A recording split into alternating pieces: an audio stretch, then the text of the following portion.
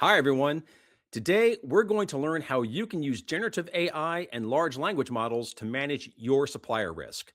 I'm your host, Bill Coffin, and this is the Ethicast.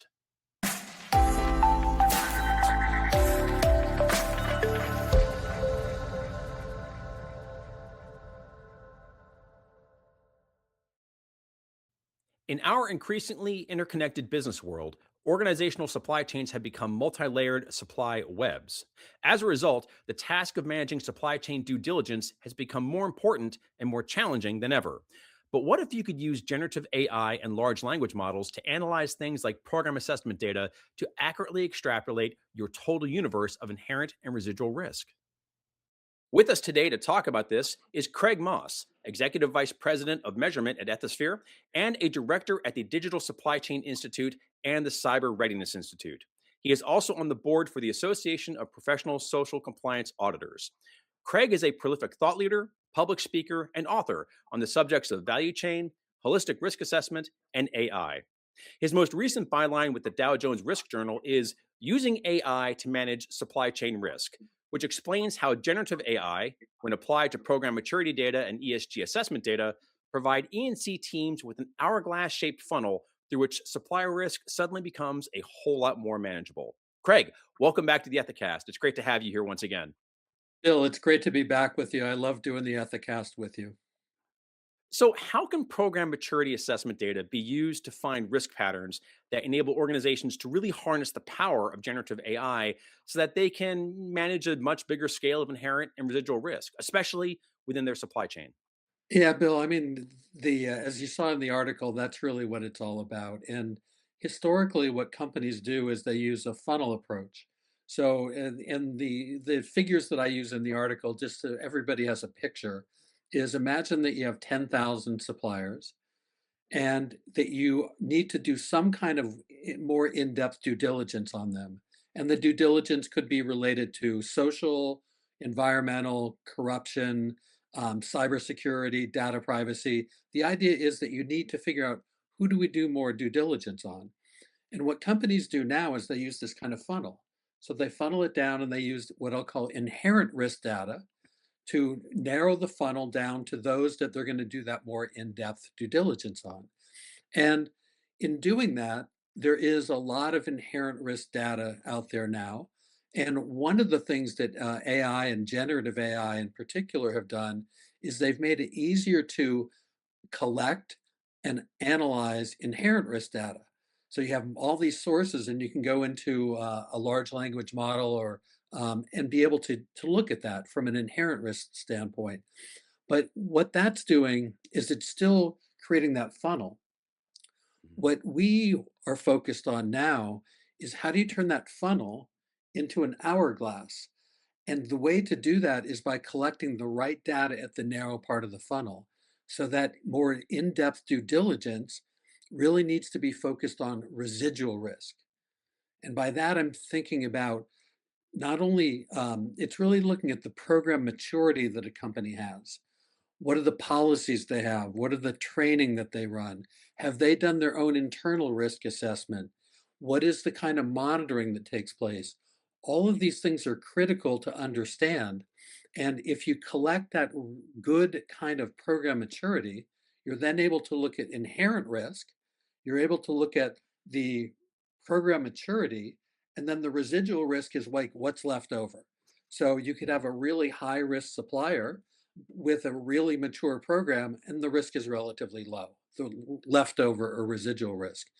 Mhm. What we're thinking about here is, though, with Gen AI and large language models, how do you take that data and then extrapolate it back out so that you're able to then look at predictive analytics on the 10,000? So you go from the 10,000 down to 100, but then you use Gen AI to be able to look at patterns and behavior and be able to make predictive predictions about the behavior of the 10,000.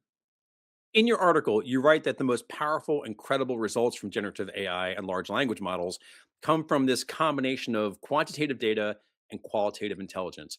I was wondering if you could expand on this, especially around how that approach might also inform an organization's overall approach to a more holistic compliance and ESG program? Yeah, yeah, it's really a key point. So if you think about looking at program maturity, that's typically going to give you some kind of quantitative data. There's going to be some kind of maturity assessment that takes place, um, and that's going to create a maturity scale. So you'll have some quantitative data on that company's maturity compared to a broader global set of companies, all that kind of benchmark data that you can get. So once you have that data, that's the quantitative piece. Beyond that, what we believe is you want to start to feed in proprietary qualitative data. So, what if you had somebody talk to that company? So, the company's completed that self assessment or the assessment and come up with the program maturity data, whether it's self assessment or whether it's something done independently by an independent party. They come up with that program maturity data. But then if you start to feed in observations and other data from talking to that company, that's where the expert opinion comes in. So you're taking quantitative, but also qualitative. What did the expert think when they talked to them? If the expert was on site, what were some of the observations that they had? Putting together that qualitative and quantitative data, which is all private, into a large language model and pulling in additional public data sources is really where the magic happens. And that's where you're able then to start to be able to do predictive analytics on the larger supply chain. So you go back to the 10,000 and you look at those patterns of what did these 100 do? What were the patterns of good behavior? What were the patterns of weaker behavior or weaker programs? And then you start to apply it to look at similar companies in your overall supply chain. So that's really one of the key things I think is internally having that private data that is both qualitative and quantitative, and then blending that in with available public data. So, given what you just explained, can you give some examples on how that approach you just described can help companies manage a wide spectrum of compliance and ESG risk? Yeah, so Bill, in the work that we do at Ethisphere, one of the things that we focus on is what I call a holistic compliance and ESG assessment. So we look holistically across 10 different risk topics. So if you think about you're a multinational or you're a private equity firm buying companies, looking across those risk topics, everything from anti-corruption, conflict of interest, social and human rights, environment, but also things like data privacy, cybersecurity, um, protection of intellectual property. All of these are risk topics that are in that whole spectrum of what I call holistic risks, compliance and ESG risks. What you can start to do then is you start to look at the inherent risk across those different topics, the program maturity as it's applied to those different topics, and then the residual risk. So suddenly you're able to look at a company in a much more holistic way to say, this company has a very immature environmental sustainability program. However, it's a really, really low risk to them. Maybe they're in the software industry or something like that. It's a really low risk. That gives us a logic as to why we don't need to spend more time and energy on that topic. However, Mhm. that same company might only have a medium level data privacy or cybersecurity or IP protection program, and that could be a really high inherent risk to them. So, therefore, the logic is let's focus on that. Take that to the next step with using of Gen AI to be able to start to look at that, but then take the data from that one organization and be able to look to see what other organizations do I work with that are similar to this company, and then to see what could we do to try to drive improvement in the broader set. The other thing that really excites me about using Gen AI is scalable remediation. So if we look at all the supply chain due diligence, the laws, the regulations, they typically require an organization to not only to know what is going on, but to do something about it, to remediate, to try to drive improvement. So if you think again, going back to the 10,000, you got 10,000 suppliers out there, and you find that in that 100, that one of the weaknesses that you see there is related to a lack of training internally, training and communications is one of the drivers that's driving up the residual risk. So suddenly you're able then to not only do something for those 100, but you then would be able to start to extrapolate to say that that is probably a likely area of weakness across the 10,000 in these different segments. So then Mhm. you take the next step and you can say, well, which risk topic is most relevant to those? So you say for this group, we should be focused on data privacy. For this group, we should be focused on social and human rights. Go the next step and use Gen AI and say, well, where are they located? What's the jurisdiction? Are there any specific regulations in those jurisdictions that we should be aware of for those companies? The next thing is, what does that company do for me? Are they a manufacturer? Are they a logistics provider? Are they a data center? What do they actually do? You're then able to start to create communications going out to those targeted segments based on where they are, what their risks are, and what they do for you. These are the kind of things that I think are really exciting because, my whole philosophy in my career has been measure and improve.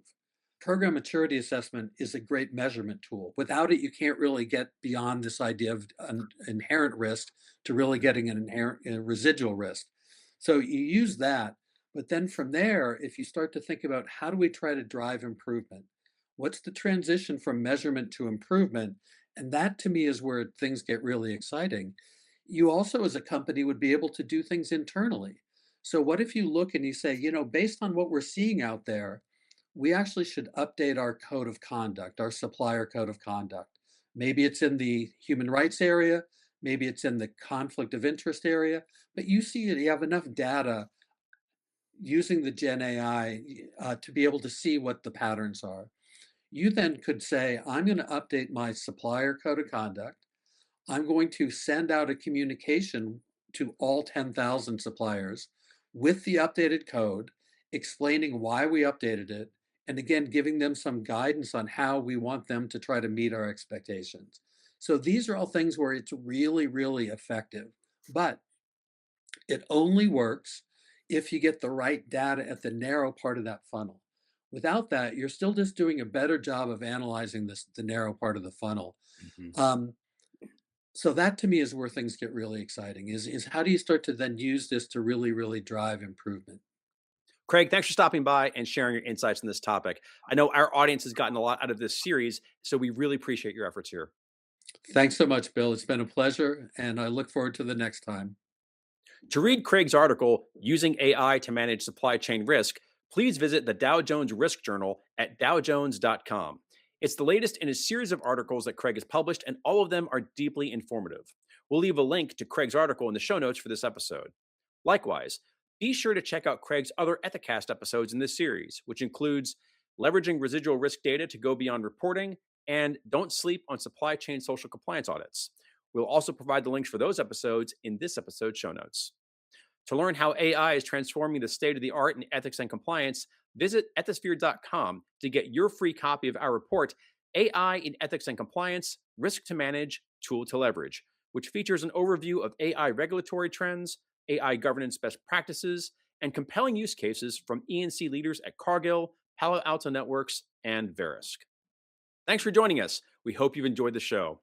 For new episodes each week, be sure to subscribe to us on YouTube, Apple Podcasts, and Spotify. And if you have not already, please follow Ethisphere on LinkedIn to learn more about how we help organizations measure and improve their ethics and compliance programs. Together, we can make the world a better place by advancing business integrity. That's all for now, but until next time, remember, strong ethics is good business.